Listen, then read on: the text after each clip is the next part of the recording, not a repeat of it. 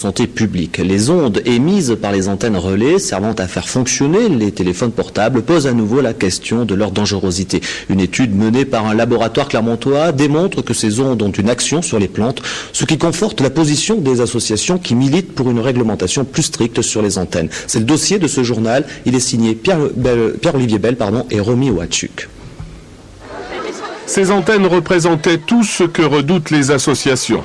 Installées sur le toit du lycée Madame de Staël de Montluçon depuis 2000, elles ont finalement été démontées en novembre dernier. Une goutte d'eau, mais un symbole fort pour les militants de l'association Prima Auvergne. Je ne suis pas dans une croisade anti-téléphonie mobile ni anti-téléphone portable. Simplement, il y a des précautions d'usage. Il faut savoir que plus d'usage, c'est prendre plus de risques puisque ce sont les plus gros utilisateurs chez qui on voit une augmentation au bout de 10 ans du risque de tumeur du cerveau. Plus d'usage, ça veut dire aussi plus d'antennes éventuellement près de chez vous en une journée.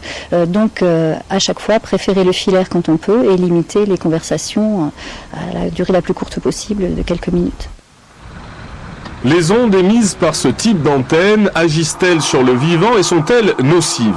Pour répondre à ces questions, l'Université de Clermont a mené depuis 3 ans une expérience de pointe dans cette salle dite de Faraday. Une pièce d'acier qui ne laisse ni entrer ni sortir les ondes électromagnétiques. Donc un environnement, on va dire maîtrisé, dans lequel se trouvent des antennes qui vont générer un champ électromagnétique, un brasseur de mode qui va faire le même effet, qui a le même objectif qu'un brasseur mécanique, si vous voulez, un ventilateur qui va brasser l'air. On va brasser, entre guillemets, les ondes électromagnétiques, et c'est dans cette zone d'étude qu'on va procéder à nos expérimentations sur les plantes. La tomate bombardée d'ondes électromagnétiques réagit-elle? Oui, répondent ces biologistes. Certains gènes de la tomate se comportent comme s'ils avaient été agressés. Pour autant, pas question de raccourcir le raisonnement et d'affirmer une quelconque dangerosité pour l'homme. C'est le point de départ, finalement, à une étude qu'on va mener maintenant sur des cellules humaines en culture.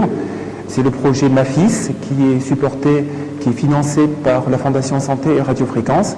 Et on va donc adopter cette méthodologie qu'on a mis au point sur les plantes et on va la transposer à ces cellules humaines en culture. Ce sont des cellules de peau, des kératinocytes. Ce sont des cellules qui assurent l'interface entre l'homme et l'environnement. Donc ce sont des premières cellules potentiellement touchées.